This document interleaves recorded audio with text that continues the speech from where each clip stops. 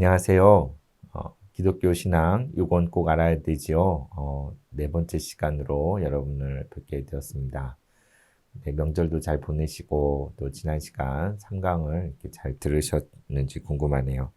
네, 지난 두 시간에 걸쳐서 성경에 대해서 함께 살펴보았고 또 사도신경 그 신앙 고백에 대해서 우리 함께 이 책을 보면서 함께 보았는데 여러분 가장 남는 거 한 가지가 무엇인가요? 네, 성경도 마찬가지고 우리의 신앙 고백도 마찬가지고 이 모든 것들이 어느 날 뚝 하늘에서 떨어진 것이 아니라 역사적인 산물이라는 것을 기억하시면 참 좋겠습니다. 그렇습니다. 우리의 신앙은 우리가 가진 성경도 마찬가지고 우리의 신앙 고백도 역사성을 가지고 있고 전통을 가지고 있고 교회의 역사 속에서 다듬어지고 그 가운데 우리가 간직하고 있는 아주 소중한 것이라고 할 수 있겠지요. 그래서 우리가 성경에 대해서든지 또는 우리의 신앙에 대해서 잘못된 방식으로 맹신하는 것을 조심해야 될 것입니다. 오히려 이런 지식을 가지고 이런 공부를 하면서 참된 믿음이 무엇일까, 제대로 신앙한다는 것이 무엇인지, 내가 보는 성경책이 어떠한 것인지 그런 것들을 다시 새롭게 되새기는 시간이었기를 바랍니다. 네, 하나님의 말씀을 대하는 우리의 자세가 어떠한 것이어야 될지 이전보다는 좀 달라졌으면 좋겠고요. 또 내가 지금 믿고 있는 것이 무엇인지, 내가 신앙하는 것이 무엇인지 신앙 고백을 통해서 우리의 신앙 고백을 통해서 그것들을 우리 자신에게 잘 새길 수 있는 계기가 되었으면 좋겠습니다. 이제 이어서 제 4강으로 교회의 절기는 어떤 의미가 있는가라는 주제로 우리 이야기 교회사책 2부의 3장과 4장을 같이 통해서 보고자 하는데요. 엊그제 추석이 지났잖아요. 얼마 전에. 네, 그래서 우리가 추석 명절을 이렇게 보내고 또 어떤 명절이 있죠. 설날이 있고 또 오늘날은 그렇게 크게 지내지 않지만 과거에 단오 명절도 지내고 이렇게 했었죠. 또 그 외에 또 국경일이 어떤 게 있죠? 네, 바로 대체공휴일 이번에 생겼는데 바로 개천절이랄지 또는 광복절 또 3.1절, 뭐, 또 현충일과 같은 그런 국경일들 우리에게도 있습니다. 그래서 어떤 명절들은 이렇게 전통적이고 어떤 자연의 순환, 이렇게 계절의 변화에 맞추어서 우리에게 한 해의 시작, 그리고 또 추수가 끝났을 때 감사하는 그런 추석과 같은 그런 명절이 있는가 하면 또 우리 민족만의 역사적인 어떤 사건들, 어떤 상황들을 기념하는 그러니까 기념일들이 우리에게 명절이 있잖아요. 그와 마찬가지로 이제 교회에 있어서도 절기가 있죠. 그 절기로서 이제 부활절과 성탄절을 같이 나누고자 하는데요. 그래서 먼저 절기는 무엇인가라고 했을 때 교회, 그러니까 우리 기독교 신앙 안에서의 절기를 말하는 것이죠. 이것은 신앙 공동체, 즉 교회가 역사를 통해서 전통적으로 그리고 역사적으로 기념하는 날들을 이렇게 절기라고 할 수 있겠죠. 그래서 이 책에서는 이렇게 뭐 다루고 있지 않지만 구약에도 이스라엘의 3대 절기가 나오잖아요. 여러분 잘 어떻게 아시나요? 네, 여기 써 있는 것처럼 유월절이 있고 또 맥추절이 있고 초막절이 있죠. 이게 이스라엘의 3대 절기라고 할 수 있는데 이 구약 이스라엘의 3대 절기도 역시 역사적인 상황들 그리고 자연의 순환과 관련된 그러한 절기인 것을 알 수가 있습니다. 먼저 6월절은 무슨 날인가요? 이렇게 패스오버, 이렇게 6월 했다 해서 6월절인데 이스라엘 민족이 애굽에서 종살이를 하다가 하나님의 역사하심으로 모세를 통해 출애굽, 애굽을 탈출한 그날이 6월절이잖아요. 6월절, 이렇게 문설주와 문지방에 양의 피를 바르고 또 그랬을 때 그 피가 있는 집은 이렇게 죽음의 신이 유월을 해서 뛰어넘어서 바로의 집안에 애굽 사람의 집에 장자들을 모두 다 치고 그리고 이스라엘 백성이 정말 무사하게 애굽을 탈출했던 그날 그것을 기념하는 것이 유월절이지요. 니산월 14일, 그러니까 유대인 이스라엘역으로 니산월의 14일이 바로 유월절입니다. 그 다음에 이제 맥추절은, 맥추절, 보리맥자를 쓰잖아요. 보리를 추수한 절기에서, 6월절로부터 77은 49, 77절이라고도 하고, 오순절이라고도 하는데, 봄에 보리를 수확한 후에 첫 열매에 대해 감사하는 절기가 맥추절이죠. 그리고 세 번째로 초막절, 장막절 또는 수장절이라고 하는데 가을의 모든 곡식을 다 거두고 그것을 저장한 후에 지키는 절기가 이 초막절, 수장절이죠. 그래서 왜 초막절이냐, 왜 장막절이냐라고 할 때 이렇게 이 절기에는 이렇게 초막을 짓고 장막을 짓고 거기서 생활해라. 그래서 초막절, 장막절인데 그러니까 광야에서 장막 생활을 했던 것을 기억하라고 그걸 기념하라고 했기 때문에 초막절, 장막절이라고 합니다. 이와 같이 이스라엘 3대 절기는 유월절과 맥추절과 초막절인데 이것 역시 이스라엘의 역사적인 사건들 그리고 계절의 변화, 그 자연의 순환 속에서 그와 관련하여서 지키는 그런 절기들을 할 수가 있는데 여기서 중요한 것은 이스라엘의 절기들은 모두 누구 중심적이에요?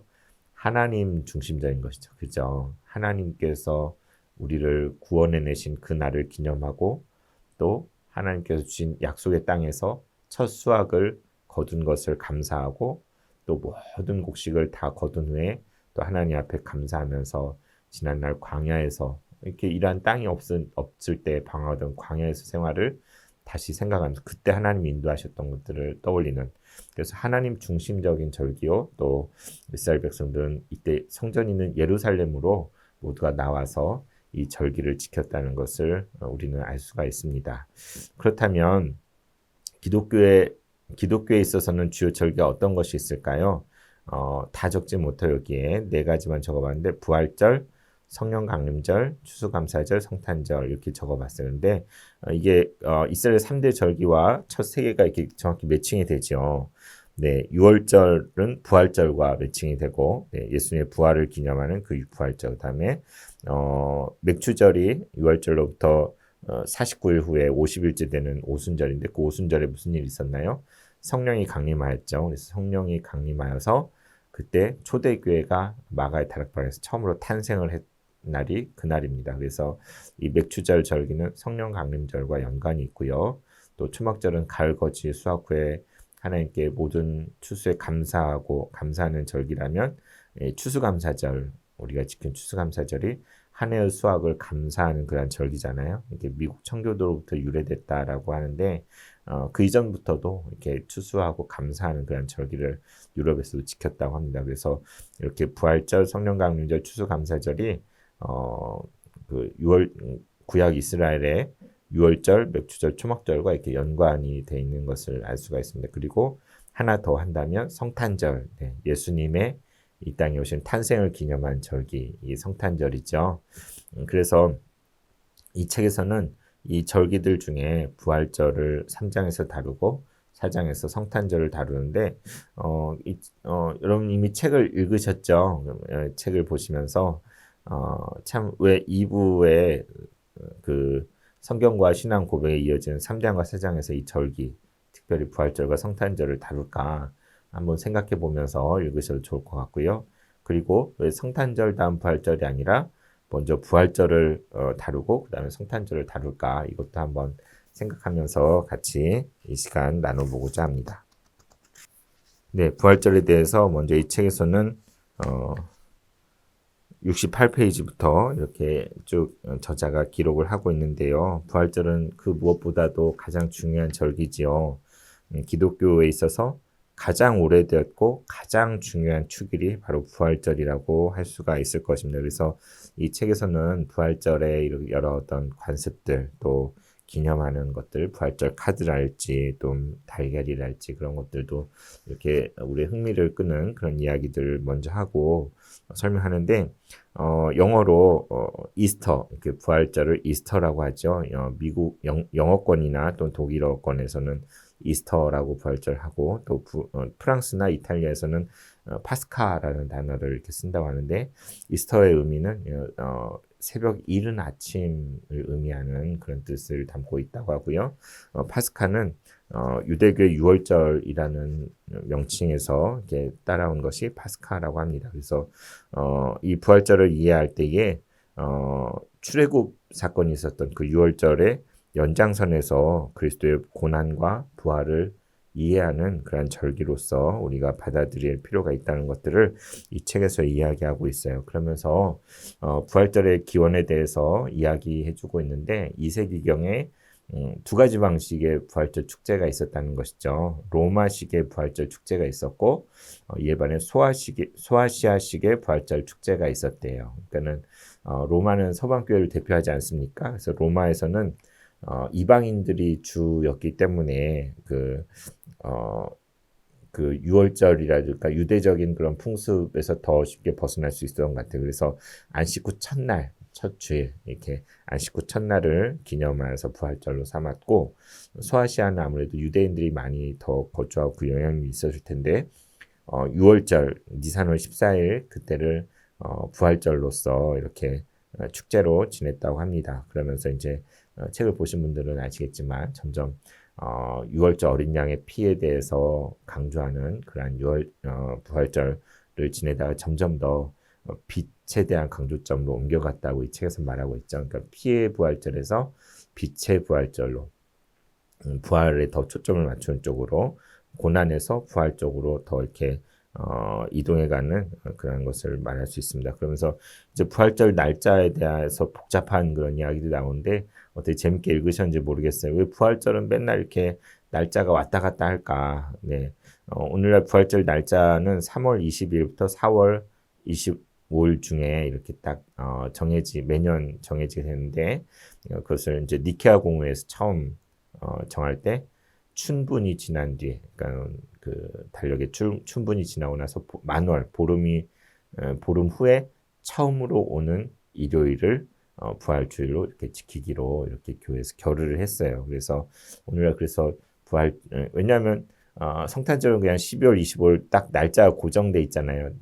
25일로. 그런데 부활절은 주일에 지키기 때문에 주일로 지키기 때문에 왔다 갔다 할 수밖에 없는 거죠. 근데 왜 이렇게 부활절 날짜가 그냥 딱 몇 월 며칠 딱 이렇게 고정하면 좋을 텐데 이렇게 왔다 갔다 할까? 모든 절기는 다 물론 이제 우리 옛날 음력 뭐 설이나 뭐 이런 것도 왔다 갔다 했지만 이렇게 그냥 어떤 몇 월 며칠 이렇게 정해놓으면 참 좋을 텐데 왜 이렇게 맨날 다를까?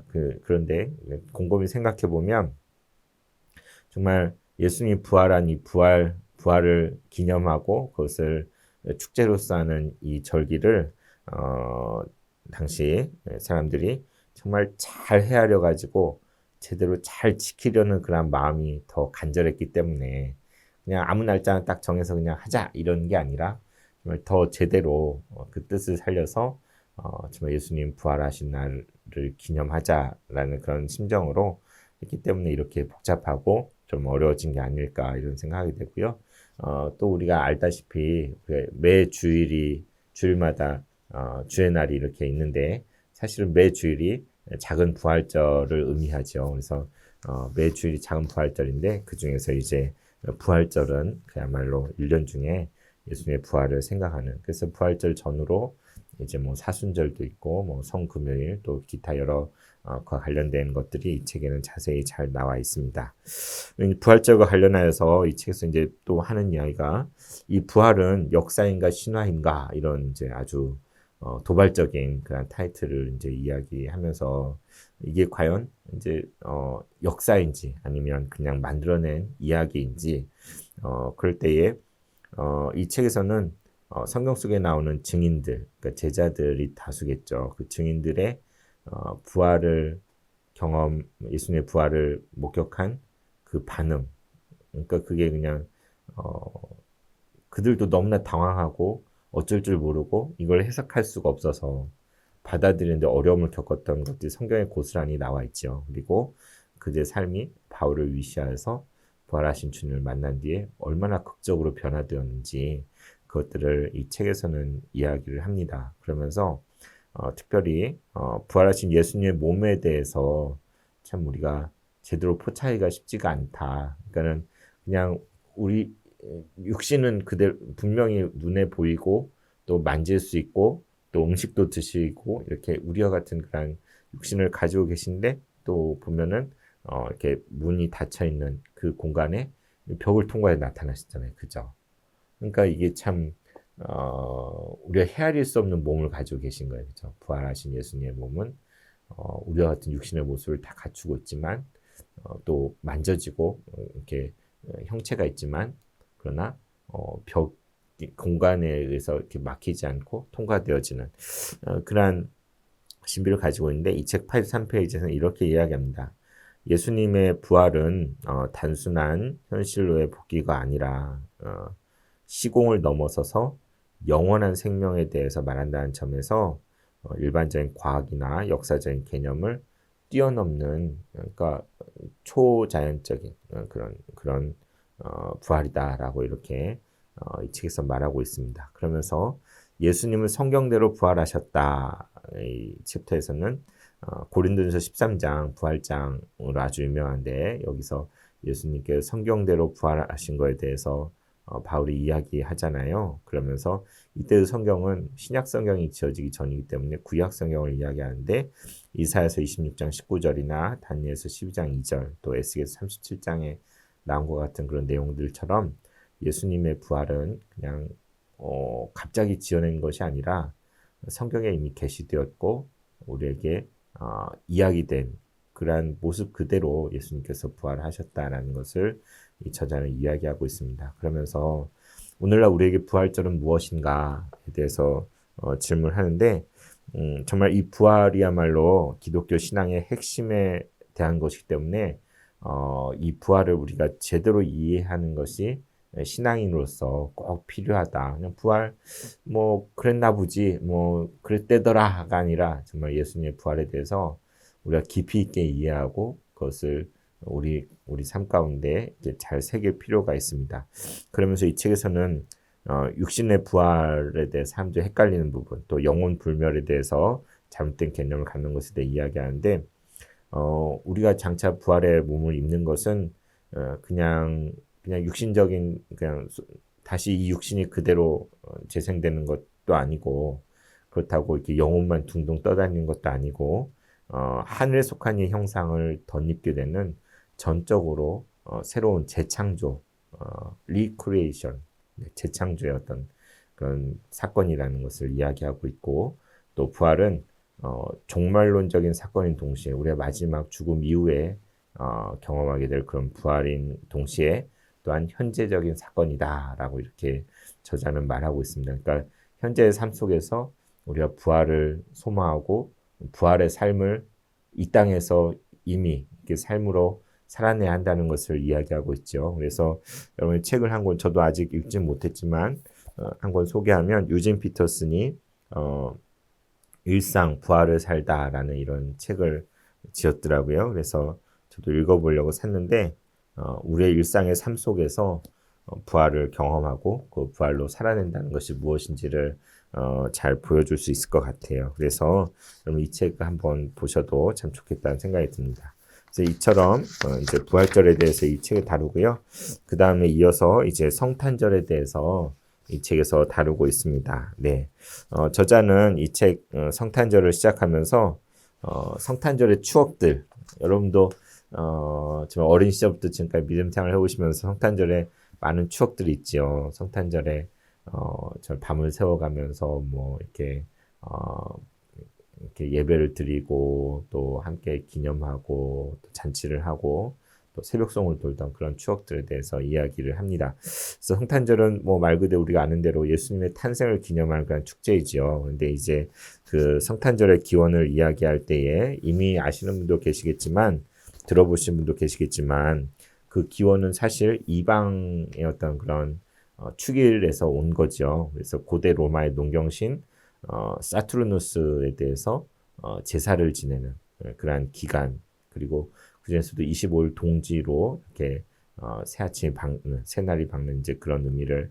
가지고 있었고 또 로마 군인들 로마에서 이제 태양신을 숭배해 왔는데 미트로하고도 연관이 돼 있다고 책에 설명되어 있는데요.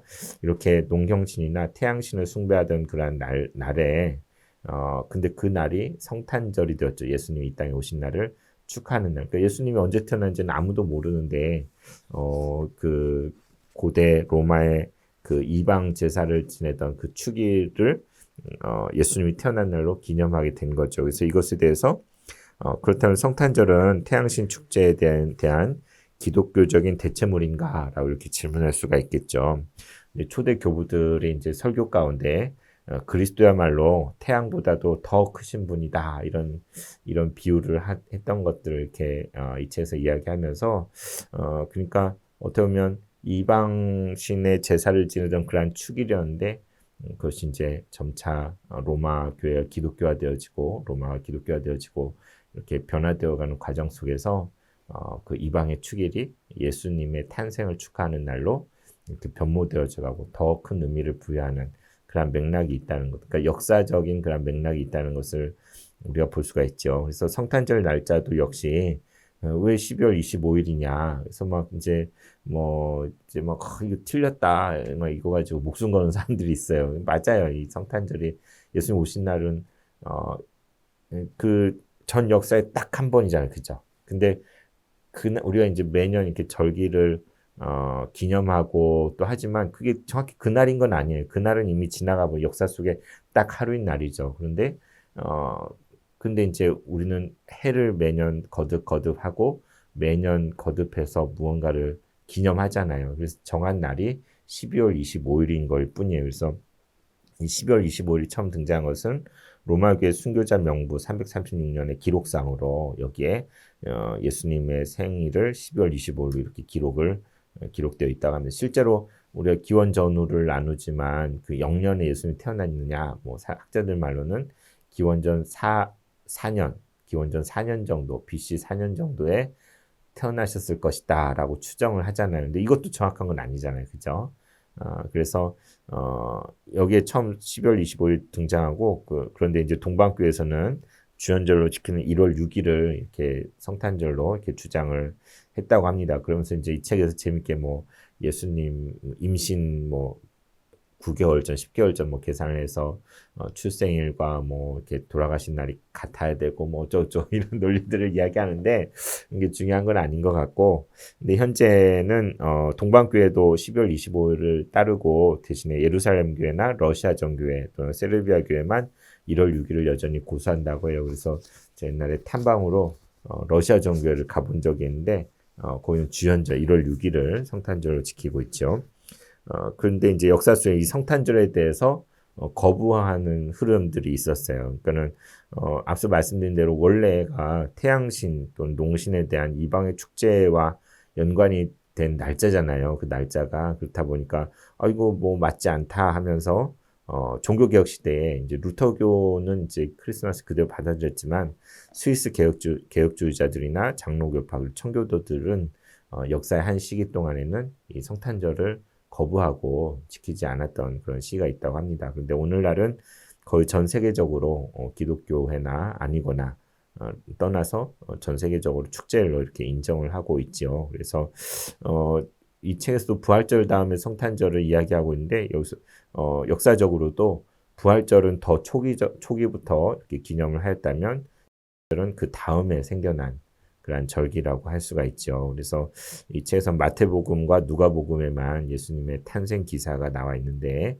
거기에서도 이제 여러분도 읽어보셨겠지만 서로 포커스가 다르고 이제 다루어진 내용들이 조금 다르잖아요. 마리아의 주된 누가복음이나 하면 마태복음은 요셉에 대한 이야기 나오고 그다음에 들의 목자들이 나온가 하면 한쪽에는 동방박사들이 나오고 그러잖아요. 그런데 이제 초대교회 선포 핵심은 먼저 십자가와 부활이었기 때문에 예수님의 고난과 그분의 부활이 더 복음의 핵심 선포 내용이었기 때문에 부활절이 정말 제일 중요했던 것이죠. 그런데 이제 후대에 이제 소급되어져서 자리 짓게 된 기독교의 기념일이 바로 성탄절, 예수님의 탄생에 대한 날을 이렇게 기념하게 되는데 예수님의 탄생 이야기 그러니까 예수님의 탄생이 중요한 이유는 인카네이션, 성육신의 사건이고 케노시스, 자기 비움, 그러니까 하나님의 자기 비하, 자기 비움의 현장이 그 첫 출발이 바로 예수님이 이 땅에 태어난 거잖아요. 그죠? 그래서 사도신경도 우리가 신앙 고백한 것처럼 사도신경에 예수님에 대해서 우리가 그분의 출생에 대해서 그리고 그분의 십자가 고난과 또한 부활과 승천에 대해서 우리가 신앙 고백하고 있잖아요. 그래서 부활절이 그 고난과 부활, 승천과 관련된 절기라면 이제 예수님의 출생에 대한 것들, 성령으로 잉태되어 동정녀 마리아에게서 나시고, 그러니까 이게 우리 사도신경에 나왔잖아요. 그것처럼 성령으로 말미암아 잉태됐다는 것은 예수님의 신성에 대한 이야기이고, 동정녀 마리아에게서 태어났다는 것은 인성에 대한 거잖아요. 그래서 예수님의 신성과 인성이 정말 그 출생에서부터 같이 있었다는 것. 그러니까는 뭐 양자론 이단 같이 뭐 예수님 그냥 인간일 뿐인데 뭐 세례를 받으실 때 성령이 임해서 그때부터 하나님 아들로 인정됐다 이런 개념이 아니라 그분이 이 땅에 태어날 때부터 이 땅에 임하실 때부터 하나님의 계획과 섭리 가운데 완전한 하나님이요 완전한 인간으로서 이 땅 가운데 오셨다는 것을 우리 예수 탄생 이야기를 통해서 우리의 신앙 가운데 그것을 새기게 되는 것이죠.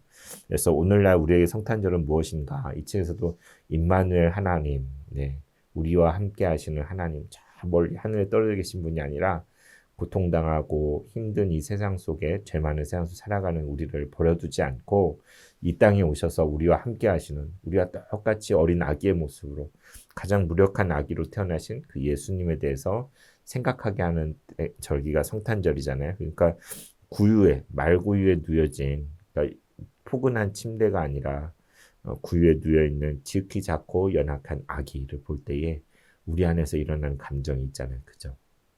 근데 그분이 하나님인 거예요. 정말 너무나 갓난 아기가 보잘것없는 곳에 이렇게 집더미 가운데 이렇게 뉘어져 있는데 정말 너무나 무력한 존재지 않습니까? 아무것도 할 수 없어. 그런데 그분이 하나님이시라는 거, 그렇죠? 그래서 이것을 볼 때 하나님의 놀라운 섭리와 또 사랑 그리고 우리가 겸손케 됨을 느끼게 되는 것 같습니다. 그래서 성탄절을 생각할 때 이 책에서 말한 것처럼 본래 이방 신에 대한 그런 절기였는데 이게 역사 속에서 기독교가 더 많이 이렇게 사회 영향력을 행사하면서 기독교의 절기로 예수님의 탄생을 기뻐하는 그런 절기로 변모되어진 그런 것을 볼 수 있는데 오늘날 또 이 책을 잠깐 다루고 있지만 이게 또 세속적인 절기로 변화돼 버렸잖아요. 그러니까 사람들이 뭐 흥청망청하고 먹고 마시고 그냥 뭐 더 일탈을 경험하는 그러한 날로 이렇게 다시 변화된 그런 걸 보게 됩니다. 그래서 뭐 미국에서도 논쟁이 뜨겁지 않습니까? 메리 크리스마스라는 말 못 쓰잖아요, 그죠? 해피 할리데이, 해피 할리데이를 쓰라고. 그래서 메리 크리스마스냐 해피 할리데이냐 이거 가지고도 참 이슈가 되고 그러는데. 그런데 우리는 이제 어떻게 보면 크리스마스가 세속적인 절기, 뭐 산타 절기, 뭐 또 오늘날엔 더 그냥 캐롤도 별로 들리지 않는 그런 절기가 돼버렸는데 이것을 다시 우리가 신앙적으로서 재해석하고 이 세상 속에 예수님이 이 땅에 오신 의미들을 나누고 전하는 그러한 귀한 기회로 삼아야 될 필요성이 있습니다. 그래서 이전에 제가 속했던 교회는 이 성탄절만 되면 전도 축제를 열었던 것 같아요. 이렇게 며칠에 걸쳐서 사람들을 예수님을 소개하고 초대하는 전도 축제를 하기도 하고 우리가 이 성탄절 절기에 이웃을 섬기는 그런 시간으로 보낼 수 있다면 참 뜻깊을 수 있겠다라는 생각이 들어요. 그래서 정말 이방의 절기였지만 기독교적인 절기로 변했고 다시 세속화된 그런 세상 속에서 다시 가져올 필요성이 있다. 다시 신앙적으로 그냥 껍데기만 성탄절이 아니라 진정한 성탄절의 의미가 온 세상 가운데 퍼져갈 수 있도록 우리 함께해야 되겠다는 생각이 듭니다. 그래서 이 부활절과 성탄절은 예수님의 시작과 끝, 그러니까는 끝과 시작에 대한 것을 기념하는 절기인데 어떻게 보면 이 부활절 절기가 이렇게 그러니까 이것도 역사적인 산물이죠. 부활절이 날짜가 정해지고 의미를 부여하고 그렇게 지키게 된 것들. 또 성탄절이 우여곡절 끝에 예수님이 태어난 날로서 이렇게 온 세상이 이렇게 같이 지키는 그러한 과정들 보면서 이 부활절과 성탄절을 왜 이 책에서 다루고 있을까? 이 절기를 통해 그 예수님의 정말 부활하심과 또 예수님의 처음 이 땅에 오심에 대한 이야기인데 그분의 정체성을 다시 생각하게 해주고 우리에게 밝혀주는 그러한 절기잖아요. 그래서 예수님에 대해서 그분의 역사에 대한 기억을 우리가 새롭게 하고 우리의 신앙을 재확인할 수 있는 그런 시간이라고 여겨집니다. 제가 빼먹었는데 성탄절 관련해서는 마틴 로이 존스의 크리스마스 메시지라는 이런 책이 있어요. 이 책은 누가복음에 마리아의 찬가를 가지고 네 편의 설교를 그 말씀을 성탄절 절기 크리스마스 메시지를 이렇게 다루고 있는 책인데 이 책도 참고하시면 좋을 것 같습니다. 그래서 이 시간에는 교회 절기는 어떤 의미가 있는가라고 했을 때 많은 절기들이 있지만 그게 그냥 형식적인 것이 아니라 그 의미들을 잘 우리가 헤아려서 새기고 우리 신앙 가운데 그것들을 이렇게 잘 곱씹어서 이렇게 그 의미대로 살아낼 수 있으면 참 좋겠다는 생각이 듭니다. 그래서 교회 절기는 어떤 의미가 있는가 이 시간 함께 나누는데요. 또 이 책의 내용들 여러분 잘 다시 또 읽어보시면서 또 유익한 그런 한 주가 되었으면 좋겠습니다. 네, 감사합니다.